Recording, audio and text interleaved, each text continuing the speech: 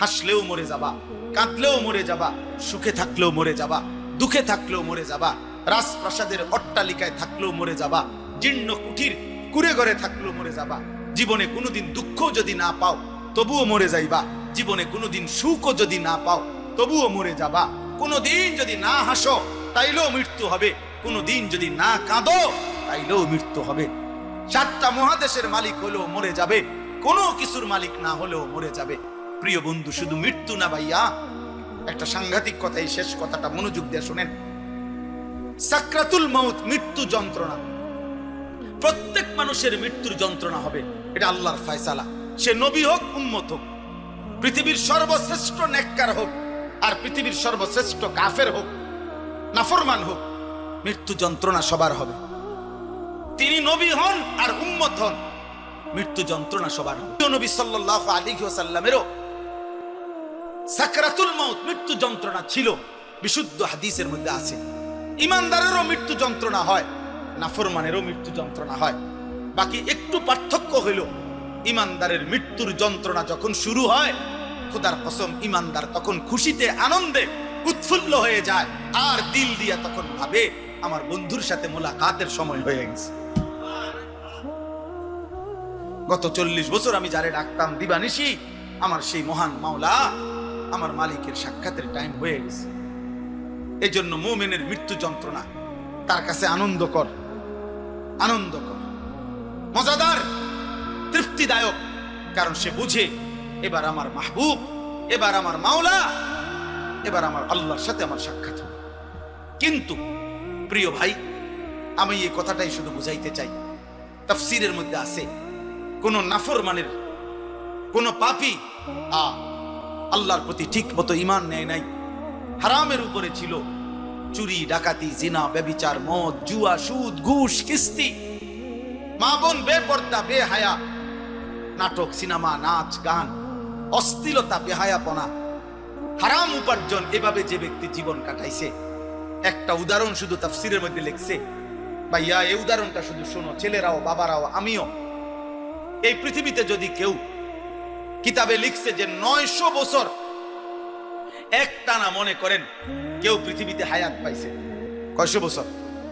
এই 900 বছর সে আল্লাহর নাফরমানি করছে, আল্লাহর অবাধ্যতা করে গেছে, কিন্তু 900 বছরে 1 সেকেন্ড কোনোদিন তার কষ্ট হয় নাই, কোনোদিন সে কোনো দুঃখ, কষ্ট, বেদনা পায় নাই। মনে করেন, ধরে নেন 900 বছরে কোনোদিন কষ্ট কাকে বলে, দুঃখ কাকে বলে, যন্ত্রণা কাকে বলে সে বুঝে নাই, সে বুঝে নাই। খোদার কসম, তাফসীরের মধ্যে লিখছে, এমন ব্যক্তি 900 বছর টানা নাফরমানি করে কিন্তু কোনোদিন যে এক বিন্দু কষ্ট পায় নাই, ওই ব্যক্তিরও 900 বছর পরে যখন মৃত্যুর যন্ত্রণা শুরু হবে, আল্লাহর কসম, কসম খোদার তাফসীরে লিখছে, 1 সেকেন্ডের মৃত্যু যন্ত্রণা শুরু হলেই ওই নাফরমান তার 900 বছরের দুনিয়ার বেঁচে থাকার হায়াত, সুখ আর আনন্দ 1 সেকেন্ডেই ভুলে যায়। কবরের আযাব পরে, জাহান্নামের আযাব পরে, হাসরের আযাব তো পরে মিয়া।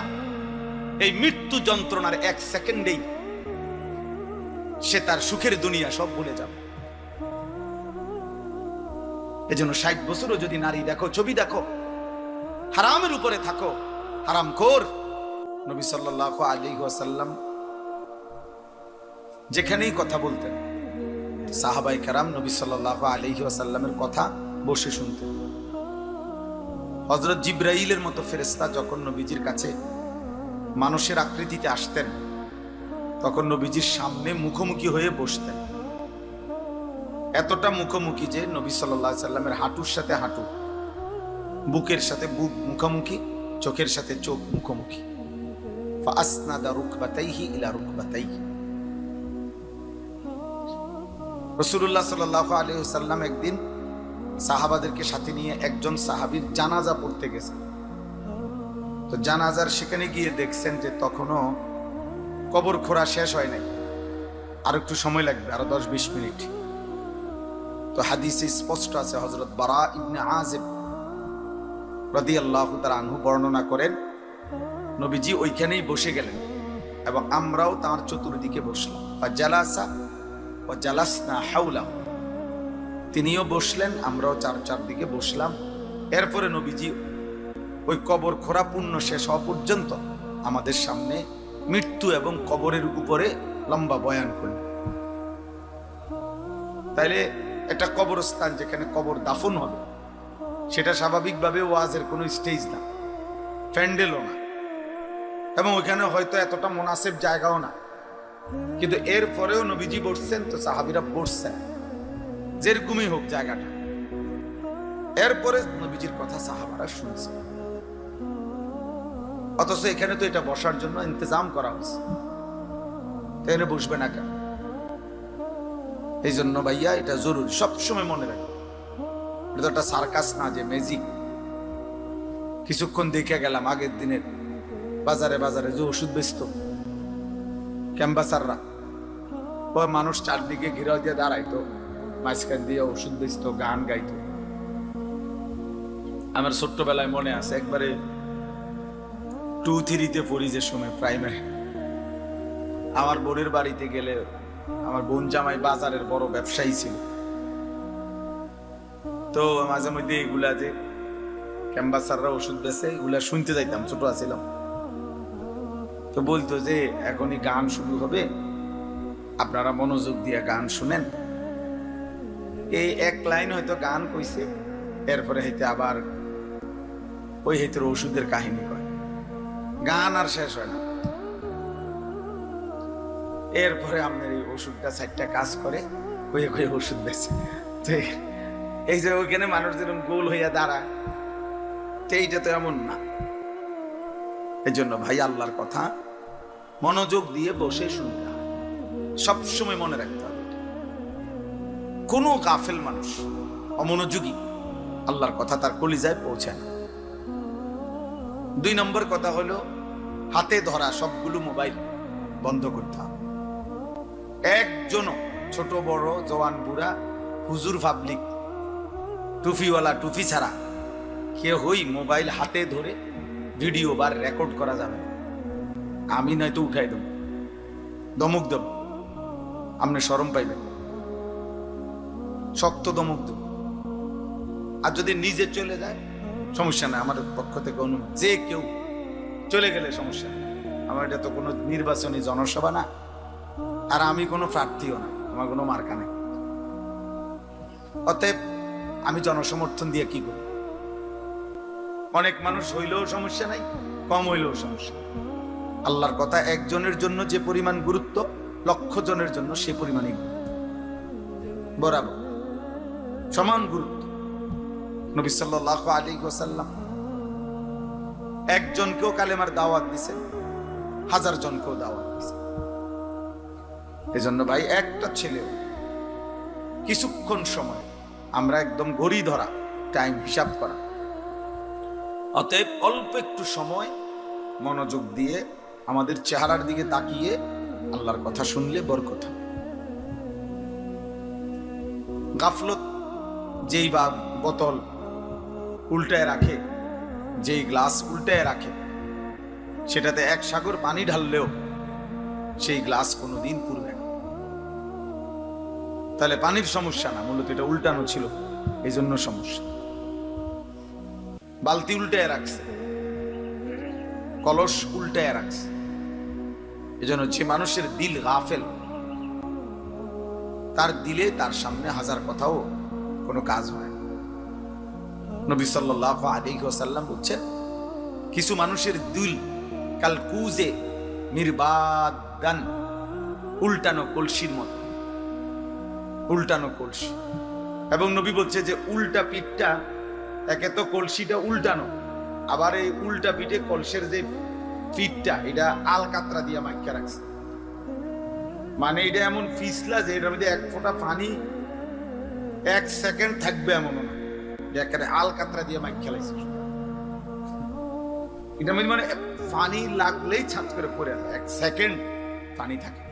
কিছু নাফরমানের দিল, নবী বলছে এরকম গুনাহ করতে করতে, আল্লাহর নাফরমানি করতে করতে দিলটা এতটা উল্টে আছে যে এই উল্টা দিলের মধ্যে যেন আলকাতরা মাইখা রাখছে। ফলে এখন আর নবীজি বলছেন লা ইয়ারিফু মারুফান ওয়ালা ইউনকিরু মুনকারা। এই নাফরমানের দিলে কোনো নেক কাজও সে বুঝে না, কোনো গুনাহকেও সে গুনাহ মনে করে। গুনাহকেও হাসতে হাসতে বিড়ি খায়, কথা কয়, গপ করে, বিড়িও খাইতেছে। তো এটা যে গুনাহ, এটা ওনার অনুভূতি আছে মনে হয়, বুঝেন না? পানও খায়, বিড়িও খায়, একরকম, দুটোটা বরাবর। চাও খায়, বিড়িও খায়, সিগারেট, দুটোটা ওনার কাছে সেম। কোনোদিন আর বিবেক জাগে না, অনুভূতিও নেই। সবার সামনে খোলামেলা, সবার সামনে প্রকাশ্যে দিনের আলো বসে বসে টেলিভিশনের মধ্যে নর্তকীর নাচ চলতেছে, উনি দেখতেছে। অথচ সেটা যে পাপ, এটা যে একটা গুনাহ, হ্যাঁ, এই অনুভূতিটা নেই। এটা বহুত বড় দুর্ভাগ্য। 30 বছর ধরে প্রত্যেক দিন সুদ খায়, মিশা কথা কয়, হাসতে হাসতে, কথায় কথায় গালি দেয়, হাসতে হাসতে গালি দেয়। আবার অন্যরা মজা পায় গালি দিলে, দিছিনি তোরে অন। এই তার মানে গুনাহকে আর গুনাহ মনে হয়। লা ইয়ারিফু মারুফান ওয়ালা ইউনকিরু মুনকার। আল্লাহর নবী সাল্লাল্লাহু আলাইহি সাল্লাম বলে, যার দিল উল্টে যায়, আল্লাহর নাফরমানি করতে করতে আলকাতরার মতো হয়ে যায়, ওই নাফরমানের দিলে আর কোনো নেক কাজ নেক মনে হয় না, গুনাহের কাজকে গুনাহ মনে হয়, গুনাহ মনে হয়। বাটপারির জন্য আরো পরিকল্পনা করে, সুদের ব্যবসার জন্য আরো অফিস করছে। তার মানে আমার সুদের উপরে আমি আরো লোক রাখছি, আরো সুদের পরামর্শদাতা আছে। আপনারা বলেন আরো কি লেটেস্ট পদ্ধতিতে সিটারি করা যায়? সিটারের উপরে আরো পরামর্শ চলতেছে, হারামের উপর। আস্তাগফিরুল্লাহ। কোন মানুষের উপরে সবচেয়ে বড় মুসিবত এটা। কোন মানুষের সবচেয়ে বড় বিপদ কি? যে তার গন্তব্য ভুলে যায়। ফাআনসাহুম আনফুসাহুম। আল্লাহ বলছে, আমাকে ভুলে গেলে আমি তোমারে ভুলাই দেব, আমি তোমাকে ভুলিয়ে দেব। কি ভুলিয়ে দেব? তোমার আখিরাত, তোমার কবর। ফাআনসাহুম মাসালিহাহুম ফাআনসাহুম আখিরাতাহুম। আল্লাহ বলেন, আমি তার কল্যাণ ভুলিয়ে দেব, আমি তার আখিরাত ভুলিয়ে দেব। ভাত খাবে, ঘুম যাবে, পেশাব পায়খানা করবে, দুনিয়ার প্রয়োজন পূরণ করবে।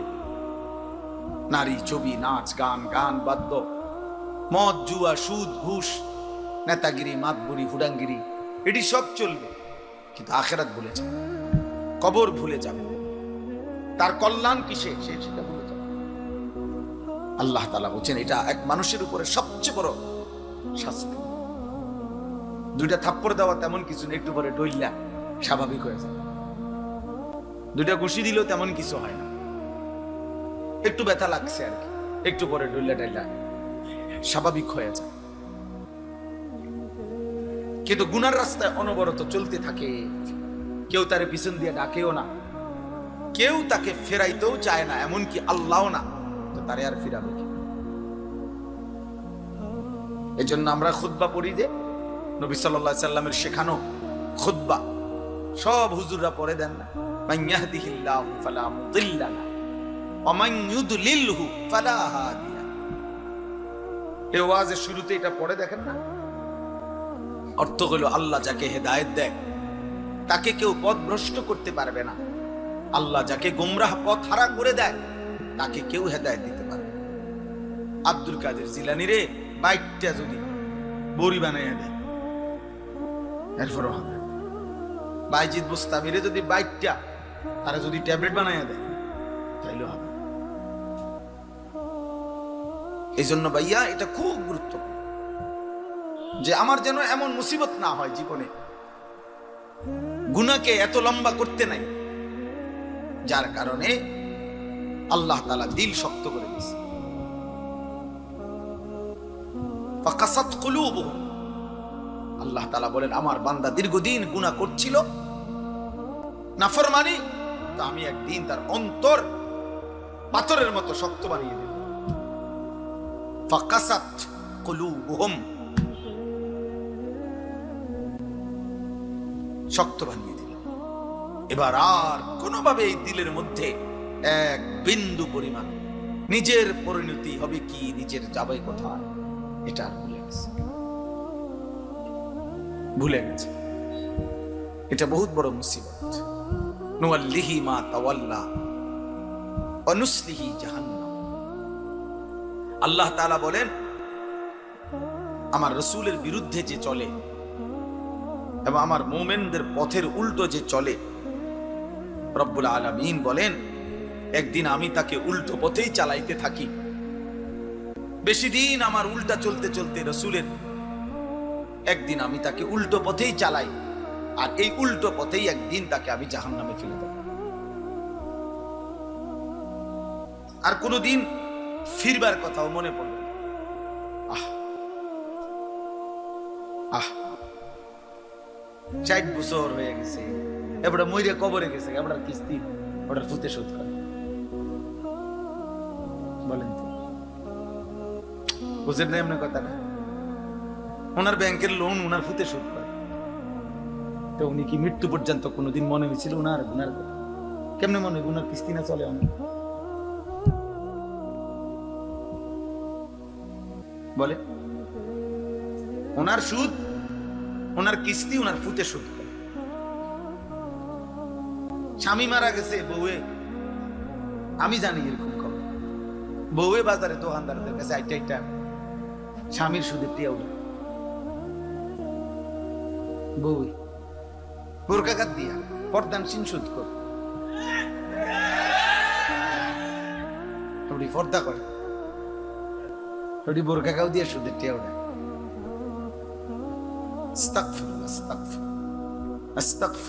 পর্দার কোনো দোষ নাই, বোরখারও কোনো দোষ নাই, দোষ হলো তোমার আখলাকের, দোষ তোমার আখলাক।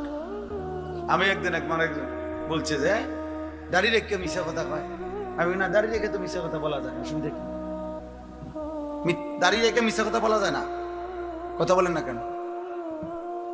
মিথ্যা বলা কবিরা গুনানি, তো এই শেভ করলে যায় তো তো আর কি, মিথ্যা কথা তো আলাদা জিনিস, এটা লাগে দাড়ির লোক আমি এটা লাগাইছি। মিথ্যা কথা বলা এটা শেভ বলা হোক আর দাড়ি বলা হোক সবার জন্যই তো হারাম, তো এটা আমরা দাড়ির লোকে লাগাইছেন। হ্যাঁ, রোজা রাখা মিশা কথা, তো রোজা রাখা মিশা কথা বলে অসুবিধা, মিশা কথা কি রোজা ছাড়া যায় যাচ্ছে নাকি? কথা বোঝেন নাই? এটা রোজার লাগাম না, মিশা কথা লাগাইছেন। রোজার সাথে তো এটার সম্পর্ক, আখলাকের সাথে সম্পর্ক। এই জন্য আপনি যদি বলেন যে বোরকা পরে মিশা কথা কও, না না, বোরকা পরে মিশা কথা বলে সমস্যা, মিথ্যা বলা হারাম, সবার জন্যই হারাম, সব অবস্থায় হারাম। এই জন্য এটা জরুরি বিষয়, এটা বহুত ভয়ানক বিষয়। আমি এটাই দেখাইতে চাইছিলাম। এই দেখেন, ওয়ালা ইয়াকুনু কাল্লাযীনা উতুল কিতাবা মিন ক্বাবলু ফাতালা আলাইহিমুল আমাদু ফাকাসাত কুলুবুহুম ওয়া কাসীরুম মিনহুম ফাসিকুন। আল্লাহ বলে, আমার মুমিন বান্দারা ওই ইহুদিদের মতো, ওই বেঈমানদের মতো হইও না, যারা এত বেশি পরিমাণ, আমি তাদেরকে আসমানি কিতাব দিয়েছিলাম, কিন্তু আমার আসমানি কিতাবের ওহীর হুকুমকে প্রত্যাখ্যান করে লম্বা লম্বা স্বপ্নের আশা, স্বপ্নের জাল বুনে তারা নিজেদের আশা পরিপূর্ণ করতে হালাল হারামের মিশ্রণ করে চলতে লাগলো। ফলে আমি একদিন ফাকাসাত কুলুবুহুম, তাদের অন্তর পাথরের মতো মজবুত করে ফেলব। এইবার আর পাক নাফাক হালাল হারাম, জায়েজ না জায়েজের কোনো অনুভূতি জাগে। মাকেও দেখে, নিজের বোনকেও দেখে, রাস্তার মহিলাকেও দেখে, বিবিকেও দেখে, টেলিভিশনের নর্তকীকেও দেখে। আহ, মানে এই নাফরমানের কাছে হালাল হারামের কোনো পার্থক্য নেই। ওর কাছে ওর বিবি আর টেলিভিশনের মহিলা বরাবর, নিজের বউরও দেখে, সিনেমার নর্তকীরও দেখে, বরাবর বরাবর। ও তার মাকেও দেখে, অন্যের নারীকেও দেখে, বরাবর বরাবর। এই স্বভাব জানোয়ারের স্বভাব, এই স্বভাব কুকুরের স্বভাব। কুকুরের কাছে পাক নাফাক আলাদা কিছু নেই, কুকুর মানুষের ফেলে দেওয়া খাবারও মুখ দেয়, পায়খানা তো।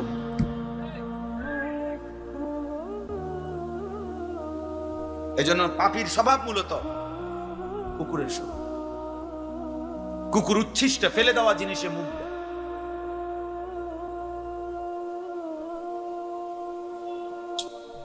আল্লাহ আমাদেরকে বুঝদান করেন। দোস্ত, এই জন্য আমি বলতেছিলাম আল্লাহর কথা মনোযোগ দিয়ে শুনবার, দিল দিয়া। গাফেল হইলে, অমনোযোগী হইলে, দিলটা উল্টায় ফেললে মুশকিল। আল্লাহর নবী সাল্লাল্লাহু আলাইহি ওয়াসাল্লাম বলেন, ইন্না কুলুবাল ইবাদ বাইনা ইসবাঈন মিন আসাবি'ir রহমান ইউকাল্লিবুহু কাইফা ইয়াশা। নবী সাল্লাল্লাহু আলাইহি ওয়াসাল্লাম বলেন, প্রত্যেক মানুষের অন্তর আল্লাহ তাআলার কুদরতি দুইটি আঙ্গুলের মাঝখানে। আল্লাহর কুদরতি আঙ্গুলের মাঝে প্রত্যেক মানুষের দিল। আল্লাহর নবী সাল্লাল্লাহু আলাইহি ওয়াসাল্লাম বলেন, ইউকাল্লিবুহু কাইফা ইয়াশা। আল্লাহ মানুষের দিল যেভাবে ইচ্ছা সেভাবে উলটপালট করতে পারে। আনুগত্যের উপরেও রাখতে পারে, নাফরমানির উপরেও কি করতে পারে। এজন্য আমাদের প্রিয় নবী সাল্লাল্লাহু আলাইহি ওয়াসাল্লাম, নবীজি সাল্লাল্লাহু আলাইহি ওয়াসাল্লাম খুব বেশি যেই দোয়াগুলো পড়তেন, এর মধ্যে একটা দোয়া ছিল এটা। নবীজি বেশি বেশি এই দোয়াটা পড়তেন, ইয়া মুকাল্লিবাল কুলুব সাব্বিত কলবি আলা দীনিক। হে অন্তর সমূহের পরিবর্তনকারী, উলটপালটকারী আল্লাহ, আমার অন্তরটা, আমার দিলটা আপনার দ্বীনের উপরে মজবুত রাখেন। আমি যেন ঘুম যেতেও আপনাকে মনে রাখি, আমি যেন ঘুম থেকে উঠেও আপনাকে মনে রাখি, আমি যেন আপনাকে ভুলে না যাই, আপনাকে ভুলে না যাই, আমি যেন আপনাকে ঘুমাবার আগেও মনে রাখি, ঘুমাতে উঠেও মনে। এই জন্য নবী সাল্লাল্লাহু আলাইহি ওয়াসাল্লাম ঘুম যেতেও দোয়া পড়তেন, ঘুম থেকে উঠেও দোয়া পড়তেন কিনা, আল্লাহুম্মা বিসমিকা আমুতু ওয়া আহয়া। আবার ঘুম থেকে উঠে বলতেন, আলহামদুলিল্লাহিল্লাযী আহয়ানা বা'দা মা আমাতানা ওয়া ইলাইহিন নুশুর। খাবারের শুরুতে আল্লাহর নাম নিতেন, তো খাবার শেষ করেও আল্লাহর নাম। বাথরুমে ঢুকতেও আল্লাহর নাম নিতেন, তো বের হয়েও আল্লাহর নাম। প্রত্যেকটা নড়াচড়াতে ওয়ালা জুনুবিহিম, আল্লাহ বলছে মুমিন প্রতিটা নড়াচড়ায় তুমি তোমার মালিকের নাম। ওয়ালা জুনুবিহিম অর্থ পার্শ্ব পরিবর্তন, কারো ওঠে বদলতে বদলতে। অর্থাৎ কেউ যদি এই কোমর এদিকে ফিরায়, এমন করি না আমরা, আল্লাহ, তো এরকম কোমর বদলাইতে গেল আল্লাহ, এদিকে ফিরল আল্লাহ। ওয়ালা জুনুব, আল্লাহ চায় বান্দা এভাবে আমার নাম। আমার শায়েখ আল্লামা মুফতি মুশতাকুন নবী কাসিম, আমি হুজুরে বহু দেখছি, ওনার সাথে আমি লম্বা লম্বা পথ সফর করছি। রাত্রিবেলা সারা রাত গাড়িতে ছিলাম, গাড়ি যতবারই ব্রেক দেয়, যতক্ষণই ধাক্কা খায় গাড়িতে, একটু ধাক্কা খাইলেই ওনার সাথে সাথে উনি সুবহানাল্লাহ আলহামদুলিল্লাহ কোন না কোন একটা তাসবিহ করে ওঠে। আল্লাহর নাম অটোমেটিকলি যেন মুখ থেকে বের হইতেছে। রাসূলুল্লাহ সাল্লাল্লাহু আলাইহি ওয়াসাল্লাম আম্মা জান আয়েশা রাদিয়াল্লাহু তাআলা আনহা বলেন, কানা রাসূলুল্লাহ সাল্লাল্লাহু আলাইহি ওয়াসাল্লাম ইয়াযকুরুল্লাহ আলা কুল্লি আহয়ানিহি। রাসূলুল্লাহ সাল্লাল্লাহু আলাইহি ওয়াসাল্লাম সর্বদাই আল্লাহ পাকের জিকির করতেন, আল্লাহকে ডাকতেন। এজন্য আমরা সবাইকে বলি, নওজোয়ান তোমাদেরকেও, প্রিয় ভাই, নিজের উপরে রহম করো। একটা 24 ঘন্টার দিন তোমার জীবন থেকে পার হইলে তোমার সময় বদলে যায়, তোমার হায়াতের কিছুটা পরিবর্তন হয়। 12 বছর বয়সে তুমি যেমন ছিলা, আজ 16 বছরে তুমি তেমন না, আর একটু মজবুত হয়েছে, আর একটু শক্তিশালী হয়েছে। তাহলে অতএব প্রতি সেকেন্ড, প্রতি ঘন্টা আমরা অনুভব না করলেও আমাদের পরিবর্তন হয়। জিন্দেগির তো পরিবর্তন হয়, শরীর স্বাস্থ্যের তো পরিবর্তন হয়, কিন্তু ঈমান আমলের কি হাল? ঈমান আমলের কি হাল? প্রতিদিন একই রকম, প্রতি বছর একই রকম, প্রতি সপ্তাহ একই রকম। এটা দুর্ভাগ্য ছাড়া আর কিছু। একদিন সুখে কিংবা দুঃখে, আনন্দ কিংবা বেদনায়, হাসি কিংবা কান্নায় আমরা কিন্তু কবরে চলে যেতাম। এই আজকে শুধু আমি এটাই বলতে চাই, আমি যে 4টা আয়াত পড়ছি কোরআনুল কারীমের 26 নম্বর পারা 50 নম্বর সূরা, সূরা কাফ, এই সূরার 4টা আয়াত 16, 17, 18, 19, এই 4টি আয়াত মূল বক্তব্য হলো আল্লাহ তাআলা বলতেছেন 2টা কথা। একটা হলো বান্দা 5টি জিনিসের তত্ত্বাবধানে তুমি আমার আছো, প্রতিটা বান্দা তোমরা আমার 5টি জিনিসের তত্ত্বাবধানে আছো, নিয়ন্ত্রণে। এটা একটা কথা আল্লাহ বলছেন এখানে। আরেকটা বলছেন এই তত্ত্বাবধান, এই নেগরান, এই পর্যবেক্ষণ, এই অবস্থার উপরেই একদিন সত্য সত্য তোমাদের মৃত্যুর যন্ত্রণা শুরু হবে, আর তোমাদের মৃত্যু হবে, তোমরা কবরে চলে যাবে। এই কথাটা আল্লাহ এখানে বলছেন। 1 নম্বরে আল্লাহ বলছেন ওয়ালাকাদ খালাকনাল ইনসান। প্রথম কথা বান্দা মনে রেখো, সমস্ত মানুষ আমি আল্লাহই সৃষ্টি করেছি। অতএব একটি মানুষ 1 সেকেন্ডের জন্য এই কথা ভাবার কোনো সুযোগ নাই আল্লাহকে। দুনিয়ার কারো ব্যাপারে আপনি এটা বলতে পারেন, তোর বেটা, তোর নেতা বেটা, তোর নেতা কেডা, এত কেডা কাঙ্গাল, এত কত বড় নেতা বেটা, পকেটে রাহি বেটা। মানুষ অনেক সময় কয় না অহংকার দেখাইতে গিয়া, যা বেটা বড়াই দেখাস বেটা। এ তো দুনিয়ার কারো ব্যাপারে বলা যায়, আল্লাহর ব্যাপারে বলা যাবে?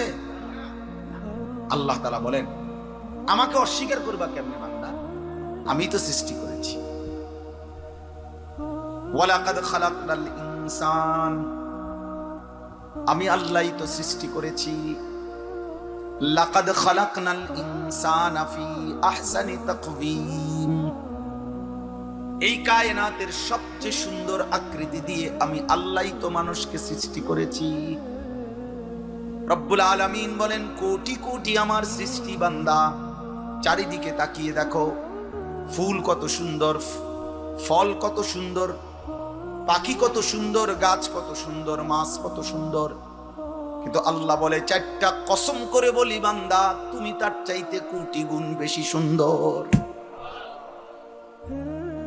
যদি ফুল এত সুন্দর হয়, যদি মাছ এত সুন্দর হয়, যদি এই পৃথিবীর পাখিগুলো এমন সুন্দর হয়, আল্লাহ বলেন ওয়াত্তিনি ওয়াজ-যাইতুন ওয়া তুরি সিনিন ওয়া হাদাল বালাদিল আমিন, আমি 4টা কসম করে বলছি বান্দা, তুমি সবচাইতে বেশি সুন্দর। তোমারে বড় যত্ন করে বানিয়েছি, তোমারে আমি বানিয়েছি। ইন্না খালাকনাল ইনসানা মিন নুতফাতিন আমশাজ, আল্লাহ বলেন তোমার বাবার কাছ থেকে বের হওয়া, তোমার মায়ের জরায়ুতে পৌঁছা, আমি আল্লাহর কুদরতে ওই 1 ফোঁটা নাপাক বীর্য থেকেই আমি তোমাকে সৃষ্টি করেছি। এই বহু জায়গায় কথাগুলো বলছে আল্লাহ, একই কথা বলছে। আল্লাহ তাআলা বলছে ইন্না খালাকনাল ইনসানা মিন সুলালাতিন মিন তিন, আল্লাহ বলে শুকনো ঠনঠনে, কোনো কাদা নাই, পানি নাই, একদম শুকনো মাটি থেকে আমি আল্লাহই তোমাকে মানুষকে সৃষ্টি করেছি। রব্বুল আলামিন বলেন ইয়া আইয়ুহাল ইনসানু মা গাররাকা বিরাব্বিকাল কারীম, আল্লাহ বলে বান্দারে আমার, মানুষ রে আমার, এমন দয়ালু মেহেরবান মাওলা আমি আল্লাহ, আমার মতো এমন দয়ালু মেহেরবান মাওলাকে ছেড়ে দিতে কে তোমাকে ধোঁকা দিল? কে তোমাকে বলল যে ওই মালিককে সেজদা দিও না? কে তোমাকে বুঝাইয়া দিল না ফরমান, এমন মালিকের নাফরমানি করো, এই মালিকের নিষেধ শুইনো না? সুদ কে হারাম করছে? ঘুষ কে হারাম করছে? মদ কে হারাম করেছে? জুয়া কে হারাম করেছে? চুরি কে হারাম করেছে? ডাকাতি কে হারাম করেছে? জিনা কে হারাম করেছে? ব্যভিচার কে হারাম করেছে? নামাজ পড়তে আদেশ কে করেছে? বেনামাজি হতে নিষেধ করেছে কে? এই নাফরমান। তাহলে এমন মালিকের নাফরমানি কেমনে করো? 365 দিনে খোদার এক বছরে কোনোদিনও ফজরের নামাজ পড়লা না, মুসলমানের বাচ্চা এত বড় জানোয়ার হয়? হ্যাঁ, মুসলমানের ঘরে এত বড় হাইওয়ান থাকে? তুমি মুসলমান? তুমি মুসলমান? 30 বছর মুসলমান সুদ খায়। মুসলমান প্রতিদিন ওজনে কম দেয়। মুসলমান সারা রাত নর্তকী দেখে, উলঙ্গ ছবি দেখে। মুসলমানের যুবক প্রতিদিন জিনার ব্যভিচার তালাশ করে। এই মুসলমান।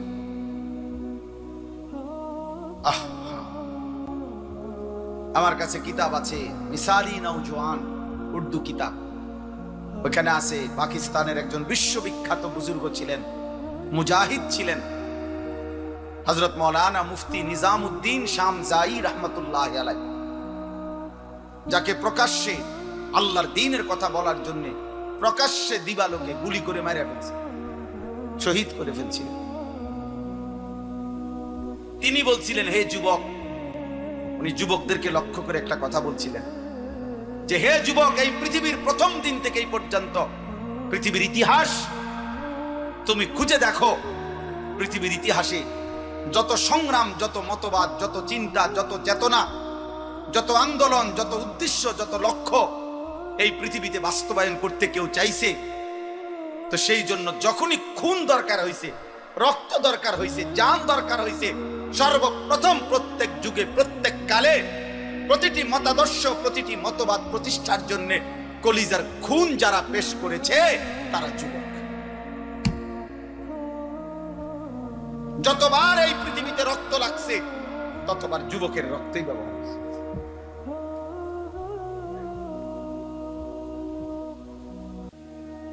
নওজওয়ানের রক্তই খুনি ব্যবহার। এজন্য যুবকের রক্ত বড় দাম, যুবকের ঘন্টার বড় দাম, যুবকের সেকেন্ড বড় দাম। আল্লাহ বলেন, আমি ওকে নিজে শক্তি দিছি। আল্লাহুল্লাযী খালাকাকুম মিন দুআফিন, আল্লাহ বলেন আমি তোমাকে প্রথম সৃষ্টি করেছি দুর্বল শিশু। সুম্মা জাআলা মিন বাদি দুআফিন কুওয়া, সেই দুর্বল শরীরে আমি আল্লাহই দিয়েছি শক্তি, যৌবন। সুম্মা জাআলা মিন বাদি কুওয়াতিন দুআফান ওয়া শাইবা, আবার সেই শক্তি সামর্থ্যবান শরীরে আমি আল্লাহ আবার দিয়েছি দুর্বলতা এবং বৃদ্ধ।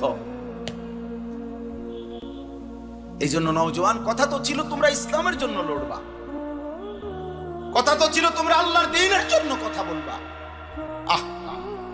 এবং সুন্দর জীবন, তোমরা শত শত যুবক একেবারে ঠান্ডা মাথায় পরিকল্পিতভাবে বুঝে শুনে এমন সুন্দর রাত, হায়াত, দিন, ঘন্টা, নারী দেখতে দেখতে, ছবি দেখতে দেখতে, মোবাইল দেখতে দেখতে, অশ্লীল উলঙ্গ দৃশ্য দেখতে দেখতে, অনাদরে অবহেলায় এমন সুন্দর ঘন্টা, মিনিট, সেকেন্ড শেষ করে দিচ্ছে। ঠিক হলো না। এই পৃথিবী গড়বে কে? তাই ইসলামের জন্য কিছু করবে কে? তাই আল্লাহর দ্বীনের জন্য কিছু করবে কে? বাপ, মজলুম গাজাবাসীরে তাহলে বাঁচাবে কে? মজলুম ফিলিস্তিনিকে বাঁচাবে কে? তাই সারা পৃথিবীর মজলুম মুসলমানকে কে বাঁচাবে? বাপ, মাহাদির পক্ষ হয়ে লড়বে কে? তাই দাজ্জালের বিরুদ্ধে লড়বে কে? এই পৃথিবীর ইহুদিদের বিরুদ্ধে জিহাদ করবে কে? তাই আল্লাহর দ্বীনের জন্য বুক সোজা করে দাঁড়াবে কে? তাই তোমরা তো আমাদেরই সন্তান। তোমাদের যাদের বয়স 16 বছর, আমার 16 বছরের সন্তান আছে। আমার প্রথম সন্তানের বয়স 16 বছর। অতএব তুমি আমার সন্তান। তুমি ভেবে দেখো তো, রাসূলুল্লাহ সাল্লাল্লাহু আলাইহি ওয়াসাল্লামের দুইজন বিখ্যাত সাহাবী, কিশোর সাহাবী, একজনের নাম ছিল সামুরা ইবনে জুনদুব রাদিয়াল্লাহু তাআলা, আরেকজনের নাম ছিল রাফি ইবনে খাদিজ রাদিয়াল্লাহু তাআলা। দুইজনই কিশোর।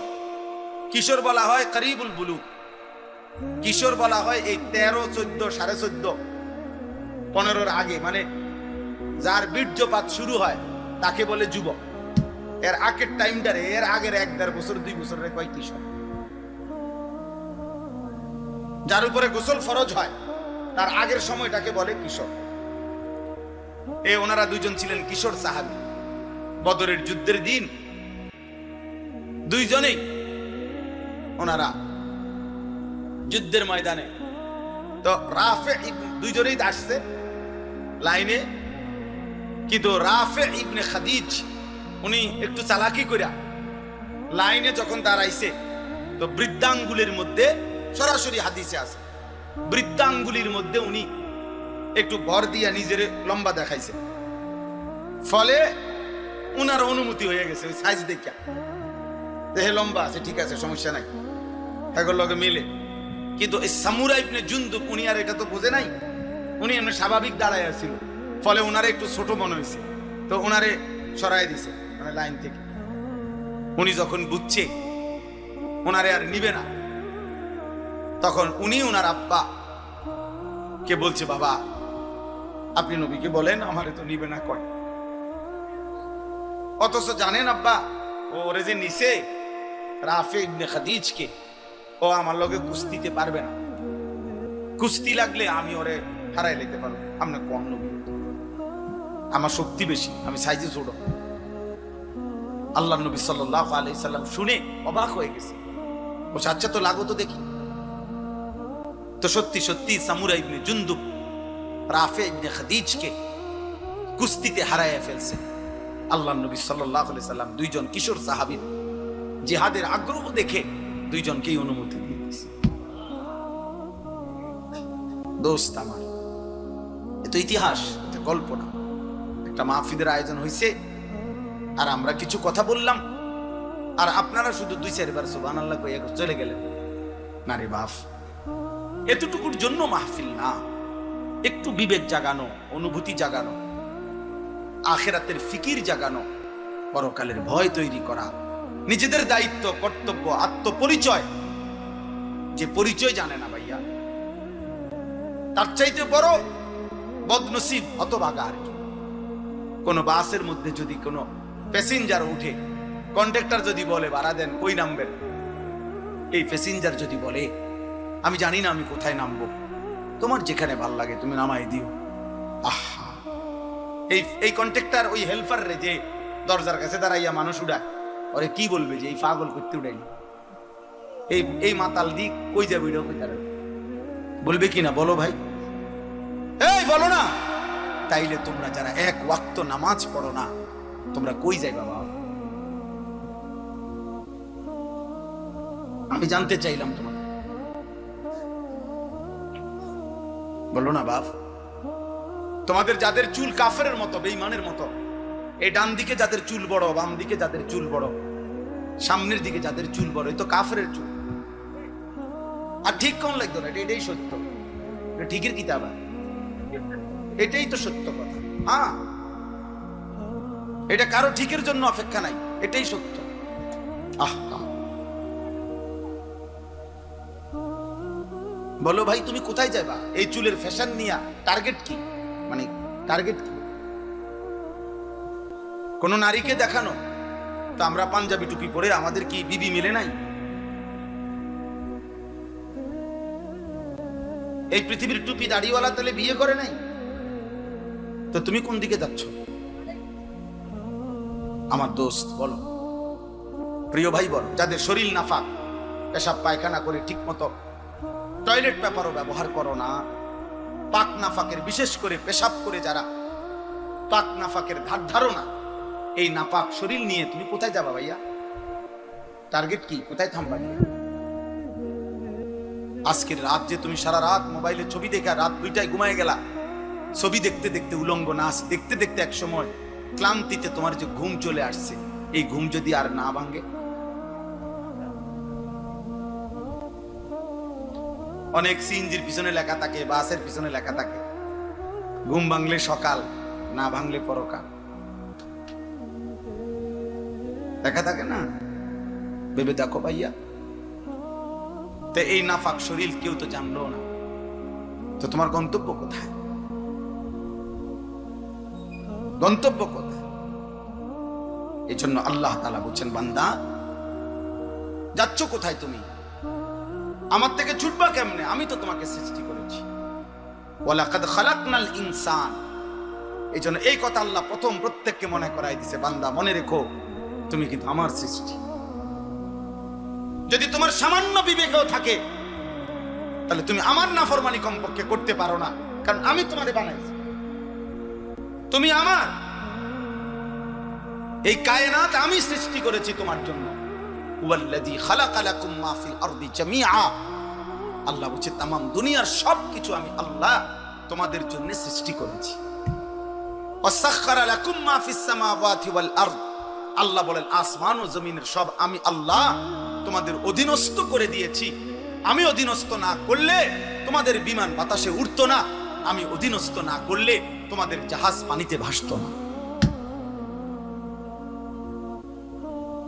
এটা আমি আল্লাহ তোমাদের অধীন করেছি। ওয়াযাল্লালনাহা লাহুম ফামিনহা রাকুবুহুম ওয়া মিনহা ইয়াকুলুন। সূরা ইয়াসিনের আয়াত। আল্লাহ বলেন চতুষ্পদ প্রাণী, গরু, ওট, মহিষ, গাধা, ঘোড়া, আল্লাহ বলেন এগুলো আমি তোমাদের অধীন করেছি। ফলে কোনোটা তোমরা জবাই করে গোশত খাও, আর কোনোটার পিঠে চড়ে তোমরা চলাফেরা করো। আমি অধীন না করলে পারতা না। একটা ঘোড়া তুমি তোমার মতো দেড় বিড়া বেড়া ঘোড়ারে তুমি সামাল দিতে পারতা না, পারতা না। একটা লাথি দিলে তুমি উড়ে যাবে। কিন্তু আল্লাহ বলেন ওকে আমি তোমার অধীনস্থ করে দিচ্ছি বান্দা। তাহলে এই গোটা কায়নাত আমি তোমার জন্য দিলাম, তোমাকে আমি বানাইলাম। মিন আইয়ি শাইইন খালাকাহু ফাকাদ্দারা সুম্মা সাবিলা ইয়াসসারা। আল্লাহ বলে ধীরে ধীরে আমি সৃষ্টি করেছি। একদিন মায়ের পেট থেকে আমি তোমার বের হওয়ার রাস্তা সহজ করে এই পৃথিবীর আলো দেখবার সুযোগ দিয়েছি। আমি সুযোগ দিয়েছি বান্দা। আলাম নাজআল লাহু আইনাইন। আল্লাহ বলে দুইটা চোখ। বলো তো বান্দা, তোমার বিবেক যদি থাকে তুমিই বলো আমি কি তোমাকে দুইটা চোখ দেই নাই? কথা বলেন, উত্তর দেন। দিয়েছেন? ওয়া লিসানাও ওয়া শাফাতাইন। আল্লাহ বলে জিহ্বা আমি দেই নাই? দুইটি ঠোঁট আমি দেই নাই? বলে এভাবে বারবার কোরআনে আল্লাহ তাআলা মনে করাই দিছে, বান্দা আমি সৃষ্টি করেছি, আমি সৃষ্টি করেছি। তুমি আমার থেকে সরতে পারতা না, তুমি আমার বাঁধন থেকে ছুটতে পারবা না। যত বড় শক্তিধরী হও, তুমি যত বড় অহংকারী হও না কেন, তুমি জমিনে যত বড়াই করো না কেন, আমার অধীন থেকে তুমি ছুটতে পারবা না। ওয়ালা তামশি ফিল আরদি মারাহা ইন্নাকা লান তাখরিকাল আরদা ওয়া লান তাবলুগাল জিবালা তুলা। আল্লাহ বলে আমার বান্দা অহংকার করে জমিনে হেঁটো না, কারণ যত জোরেই পাও মারো না কেন তুমি তো মাটি ফাটাইতে পারবা না। আবার ঘাড় যত উঁচাই করো না কেন তুমি তো ওই পাহাড় সমান লম্বা হইতে পারবা না। বড়াই করো কেন? অথচ বৃষ্টির ফোঁটা পানি জমিন ছিদ্র করে ফেলে, কিন্তু তোমার বুট জুতা তো জমিন ফাটাইতে পারে না, ফাটাইতে পারে না। এক তাল গাছ তো তোমার চাইতে লম্বা, এক সুপারি গাছ তো তোমার চাইতে লম্বা, একটা খেজুর গাছ তো তোমার চাইতে লম্বা। অহংকার করো কেন? এক বুজুর্গকে, এক যুবক কে, এক বুজুর্গ আল্লাহর ওলি ওই যুবককে বলছিল, হে যুবক অহংকার না করে ধীরে সুস্থে হাঁটো। যুবক তখন বলছিল, এই মিয়া আমা তারিফুনি, চেনেন আপনি আমাকে, আমি কে? কথা বলতেছেন। তখন ওই বুজুর্গ বলছেন, হ্যাঁ চিনি তো তোমাকে, চিনি। ওকে বলে, চিনি তোমাকে, তুমি হলা সেই মানুষ যার প্রথম শুরু ছিল দুর্গন্ধযুক্ত নাপাক একটু বীর্যের ফোঁটা। তোমাকে চিনি আমি। ও চিরেই মৃত্যুর মাধ্যমে যে হয়ে যাবে দুর্গন্ধযুক্ত একটা পচা লাশ। তোমাকে চিনি আমি, যে এই হায়াতটুকু নিজের পেটে প্রতিদিন চলাফেরা করতেছে, বহন করছে কিছু নাফাক পায়খানা। এই হলে তুমি বড়াই করছো কেন? তোমার আমি চিনি না? তুমি তো দুর্গন্ধযুক্ত নাপাক এক বীর্যের ফোঁটা ছিলা, আর চোখ বন্ধ হলেই তুমি হয়ে যাবা দুর্গন্ধযুক্ত পচা লাশ। আর পেটে এখন তোমার আছে দুর্গন্ধযুক্ত কিছু পায়খানা। তো যার শুরু মাঝখান শেষ সবই দুর্গন্ধ, তার আবার অহংকার কিসে? তার আবার অহংকার কিসে?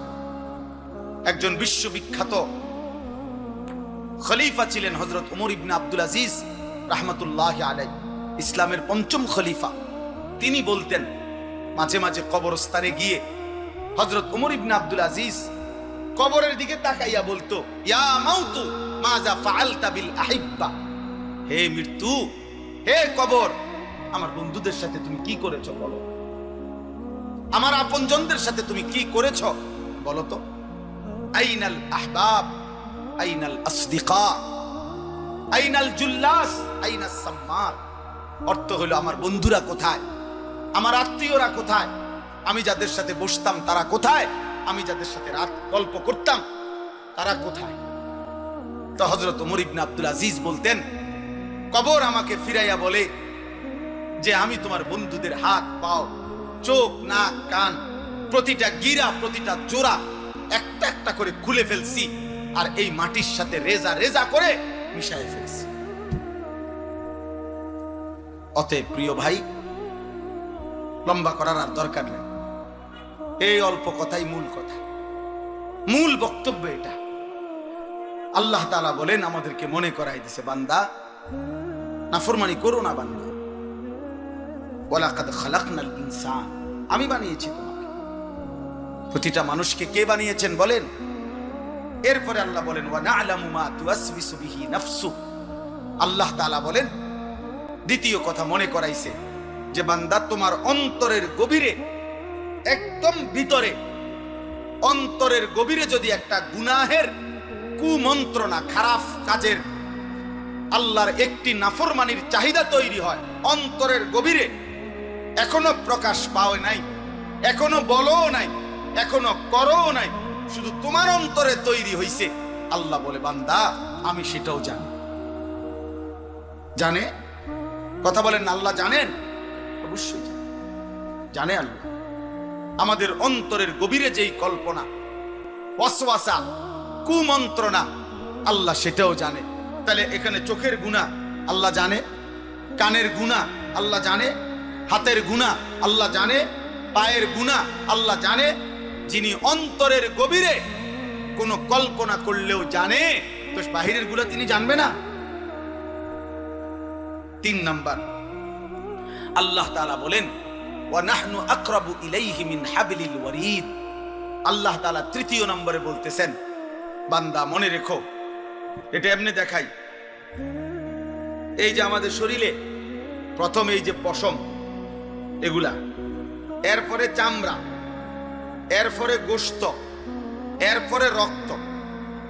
এই রক্ত যে মানুষের শরীরে সার্কুলেশন হয়, মানে রক্ত চলে, রক্ত কিন্তু প্রত্যেকটা রক্ত যেটা জেনে এনেই থাকে না, এটা চলতে থাকে, সার্কুলেশন হয়, রক্ত প্রবাহিত হয় শরীরের মধ্যে, স্যালাইনের নলের মতো, স্যালাইনের তারের মতো। মানুষের রক্তের সাথে সূক্ষ্ম থেকে সূক্ষ্ম শিরা উপশিরা আছে, রগ রেশা আছে, যেগুলো মানুষের সারা দেহের রক্ত সঞ্চালন করে। কোনো একখান দিয়ে যদি ওই তার ছিঁড়ে যায় স্যালাইনের নলের মতো, তাহলে কিছুক্ষণ পরে ওই মানুষটা মৃত্যুবরণ করবে, নির্জীব হইয়া গিয়া। তো আল্লাহ তাআলা বলেন, চামড়ার ভিতরে, পশমের ভিতরে চামড়া, চামড়ার ভিতরে গোশত, গোশতের ভিতরে রক্ত, রক্তের সাথে যেই শিরা উপশিরা, তোমার রগ রেশা, যেটার দ্বারা রক্ত প্রবাহিত হয়, আল্লাহ বলে বান্দা মনে রেখো আমি তার চাইতে বেশি তোমার কাছে। তুমি আমারে ফাঁকি দিবা কেন? তুমি আমাকে ফাঁকি দিবা কেমনে বান্দা? আমি তো তোমার ঘরের বারান্দায় থাকি না, আমি তো তোমাকে গ্রামে থাকি না, আমি তো তোমাকে জেলায় থাকি না, আমি তো তোমার শরীরের রক্ত প্রবাহিত শিরা উপশিরা, আমি তার কাছে থাকি, আমারে আড়াল করবা কেন? এই তিনটা কথা। আরেকটু, তাহলে তিনটা হইল। এক নাম্বার, আল্লাহ আমারে মনে করাই দিছে, আনিস আমি তোমাকে সৃষ্টি করেছি। দুই নাম্বার, আল্লাহ আমাকে বলতেছে, আনিস তোমার অন্তরের গভীরে যেই কথা আসা যাওয়া করে, কল্পনাগুলো আমি জানি। তিন নাম্বার, তোমার রক্তের শিরা উপশিরায় আমি আল্লাহ তাআলা তার চাইতে বেশি কাছে আছি। এবার চার নম্বরে আল্লাহ বলেন, ইয ইয়াতালাক্কাল মুতালাক্কিয়ানে আনিল ইয়ামিনে ওয়া আনিশ শিমালি কাঈদ। আল্লাহ বলে, বান্দা চার নম্বরে মনে রেখো, 24 ঘন্টা তোমার ডানে এবং বামে আমার দুইজন ফেরেশতা আছে। আছে? কথা বলে না? আছে তো? ওরা লিখছে। এই চারটা হল। 5 নাম্বার, মা ইয়ালফিজু মিন কাউলিন ইল্লা লাদাইহি রাকিবুন আতীদ। আল্লাহ বলে, বান্দা তারা তো দুইজন আছেই, অতিরিক্ত আরেকজন ফেরেশতা আছে যে তোমার এই দুই জবান মানে দুই ঠোঁটের মাঝখানে যে জিহ্বা, এই জিহ্বা দিয়ে তুমি যা বলো, যখন যা বলো, যা করো, 24 ঘন্টায় তুমি যেই শব্দটাই বলো না কেন, উচ্চারণ করো না কেন, ভালো মন্দ, উপকারী অপকারী, জিকির দাও করো আর গালি দাও, আল্লাহ বলে এই জিহ্বা দিয়ে যা বের হয়, আল্লাহ তাআলা বলেন আমার আরেকজন ফেরেশতা তোমার মুখের প্রতিটা উচ্চারণ লিখে রাখে। এই কয়টা হলো? 5টা। কয়টা? 5টা। 1, আমি তোমাকে সৃষ্টি করেছি, আমার থেকে যাইবা কেমন? 2, তোমার অন্তরের গভীর বিষয়টা আমি জানি, আমার থেকে লুকাবা কেমন? 3, আমি তোমার রক্ত প্রবাহিত শিরা উপশিরা তার চাইতে বেশি নিকটে আছি, তুমি আমাকে লুকাবা কেমন? 4, আমার দুইজন ফেরেশতা 24 ঘন্টা তোমার পাশে আছে, তুমি তাদের ফাঁকি দিবা কেন? 5, আমার একজন ফেরেশতা তোমার জবানের সমস্ত উচ্চারণ লিখে রাখতেছে, তাকে আড়াল করবা কেন?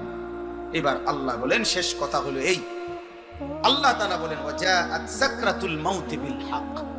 বান্দা এই আমি দেখতেছি, আমি জানি, আমি তোমার কাছে আছি, আমার দুইজন ফেরেশতা, আমার একজন পৃথক জবানের কথা লেখার ফেরেশতা, এই পুরা তত্ত্বাবধানের ভিতরেই আমি আল্লাহ তোমারে জানিয়ে দিলাম, তুমি কাজে লাগাও বা নষ্ট করো হায়াতটাকে, আমল করো কিংবা নাফরমানি করো, আনুগত্য করো আর অবাধ্যতা করো, তুমি মনে রাখো এই অবস্থাতেই একদিন তোমার ওয়াজাআত সাকরাতুল মাউত বিল হক, সত্য সত্য কাজে লাগাও আর বরবাদ করো, একদিন সত্যি সত্যি তোমার মৃত্যু যন্ত্রণা চলে আসবে, মৃত্যুর সময় হয়ে যাবে। আর প্রত্যেক মানুষের মৃত্যুর সময় সর্বপ্রথম তার একটা মৃত্যুর যন্ত্রণা শুরু হয়, এটারে সাকরাতুল মাউত বলে। এরপরে আজরাইল আইসা মালাকুল মউত তার জান কবজ করে, জান কবজের আগেই তার একটা মৃত্যুর যন্ত্রণা হয়। আল্লাহ বলে, যালিকা মা কুনতা মিনহু তাহিদ। এই মৃত্যু যন্ত্রণা থেকেই বান্দা, এই মৃত্যু থেকে তুমি গত 40 বছর, 30 বছর, 60 বছর পলায়ন করতে চেয়েছিলে, কিন্তু সেই মৃত্যু যন্ত্রণা শুরু হবে, মৃত্যুর সময় আসবেই আসবে।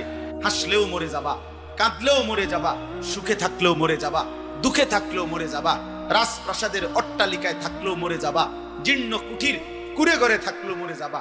জীবনে কোনোদিন দুঃখ যদি না পাও তবুও মরে যাইবা, জীবনে কোনোদিন সুখও যদি না পাও তবুও মরে যাবা, কোনোদিন যদি না হাসো তাইলেও মৃত্যু হবে, কোনোদিন যদি না কাঁদো তাইলেও মৃত্যু হবে। 7টা মহাদেশের মালিক হলেও মরে যাবে, কোনো কিছুর মালিক না হলেও মরে যাবে। প্রিয় বন্ধু, শুধু মৃত্যু না ভাইয়া, একটা সাংঘাতিক কথা, এই শেষ কথাটা মনোযোগ দিয়ে শুনেন। সাকরাতুল মাউত মৃত্যু যন্ত্রণা, প্রত্যেক মানুষের মৃত্যুর যন্ত্রণা হবে, এটা আল্লাহর ফয়সালা। সে নবী হোক, উম্মত হোক, পৃথিবীর সর্বশ্রেষ্ঠ নেককার হোক আর পৃথিবীর সর্বশ্রেষ্ঠ কাফের হোক, নাফরমান হোক, মৃত্যু যন্ত্রণা সবার হবে। তিনি নবী হন আর উম্মত হন, মৃত্যু যন্ত্রণা সবার হবে। নবী সাল্লাল্লাহু আলাইহি ওয়াসাল্লামেরও সাকরাতুল মাউত মৃত্যু যন্ত্রণা ছিল, বিশুদ্ধ হাদিসের মধ্যে আছে। ইমানদারেরও মৃত্যু যন্ত্রণা হয়, নাফরমানেরও মৃত্যু যন্ত্রণা হয়। বাকি একটু পার্থক্য হইল, ইমানদারের মৃত্যুর যন্ত্রণা যখন শুরু হয়, খোদার কসম ইমানদার তখন খুশিতে আনন্দে উৎফুল্ল হয়ে যায়, আর দিল দিয়া তখন ভাবে আমার বন্ধুর সাথে মোলাকাতের সময় হয়ে গেছে। গত 40 বছর আমি যারে ডাকতাম দিবানিশি, আমার সেই মহান মাওলা, আমার মালিকের সাক্ষাতের টাইম হয়ে গেছে। এই জন্য মুমিনের মৃত্যু যন্ত্রণা তার কাছে আনন্দকর, আনন্দকর, মজাদার, তৃপ্তিদায়ক। কারণ সে বুঝে এবার আমার মাহবুব, এবার আমার মাওলা, এবার আমার আল্লাহর সাথে আমার সাক্ষাৎ। কিন্তু প্রিয় ভাই, আমি এই কথাটাই শুধু বুঝাইতে চাই, তাফসীরের মধ্যে আছে কোন নাফরমানের, কোন পাপী আল্লাহর প্রতি ঠিক মতো ঈমান নেয় নাই, হারামের উপরে ছিল, চুরি, ডাকাতি, জিনা, ব্যভিচার, মদ, জুয়া, সুদ, ঘুষ, কিস্তি, মা বোন বেপর্দা, বেহায়া, নাটক, সিনেমা, নাচ, গান, অশ্লীলতা, বেহায়াপনা, হারাম উপার্জন, এভাবে যে ব্যক্তি জীবন কাটাইছে, একটা উদাহরণ শুধু তাফসীরের মধ্যে লিখছে। ভাইয়া, এই উদাহরণটা শুধু শোনো, ছেলেরাও, বাবারাও, আমিও। এই পৃথিবীতে যদি কেউ, কিতাবে লিখছে যে 900 বছর একটানা, মনে করেন কেউ পৃথিবীতে হায়াত পাইছে, কয়শো বছর? এই 900 বছর সে আল্লাহর নাফরমানি করছে, আল্লাহর অবাধ্যতা করে গেছে। কিন্তু 900 বছরে 1 সেকেন্ড কোনোদিন তার কষ্ট হয় নাই, কোনোদিন সে কোনো দুঃখ, কষ্ট, বেদনা পায় নাই। মনে করেন, ধরে নেন 900 বছরে কোনোদিন কষ্ট কাকে বলে, দুঃখ কাকে বলে, যন্ত্রণা কাকে বলে সে বুঝে নাই, সে বুঝে নাই। খোদার কসম তাফসীরের মধ্যে লিখছে, এমন ব্যক্তি 900 বছর টানা নাফরমানি করে কিন্তু কোনোদিন যে এক বিন্দু কষ্ট পায় নাই, ওই ব্যক্তিরও 900 বছর পরে যখন মৃত্যুর যন্ত্রণা শুরু হবে, আল্লাহর কসম, কসম খোদার তাফসীরে লিখছে, 1 সেকেন্ডের মৃত্যু যন্ত্রণা শুরু হলেই ওই নাফরমান তার 900 বছরের দুনিয়ার বেঁচে থাকার হায়াত, সুখ আর আনন্দ 1 সেকেন্ডেই ভুলে যায়। কবরের আযাব পরে, জাহান্নামের আযাব পরে, হাসরের আযাব তো পরে মিয়া। এই মৃত্যু যন্ত্রণার 1 সেকেন্ডেই সে তার সুখের দুনিয়া সব ভুলে যাবে। এজন্য 60 বছরও যদি নারী দেখো, ছবি দেখো, হারামের উপরে থাকো, হারামখোর, মৃত্যুর প্রথম সেকেন্ড তোমার দুনিয়া ভুলাই দিবে। মৃত্যুর প্রথম সেকেন্ড। ইমানদারের মৃত্যু যন্ত্রণাই যেখানে ভয়ানক, নাফরমানের মৃত্যু যন্ত্রণা কেমন? আমার কাছে কিতাব আছে, ওয়াজাআত সাকরাতুল মাউত বিল হক, আরবি কিতাব, এই কিতাবের নামে এটা। ওই কিতাবের মধ্যে লিখছে, নবীজির একজন বিখ্যাত সাহাবী হযরত আমর ইবনুল আস, ওনাকে জিজ্ঞেস করা হয়েছিল মৃত্যুর পূর্বে, ওনার ছেলে আব্দুল্লাহ ইবনে আমর ইবনুল আস, ছেলেটাও সাহাবী ছিল। উনি জিজ্ঞাসা করছে যে, আব্বা, আপনি তো নবীজির একজন বিখ্যাত সাহাবী, এই মৃত্যুর পূর্ব মুহূর্তে মৃত্যুর যন্ত্রণা, সাকরাতুল মাউত আপনার কাছে কেমন লাগতেছে? নবীর সাহাবী বলতেছে, ইয়া বুনাইয়া কাআন্না জিবালাদ দুনিয়া আলা সাদরি ওয়া কাআন্নী আতানাফাসু মিন সাকবিল ইবরা।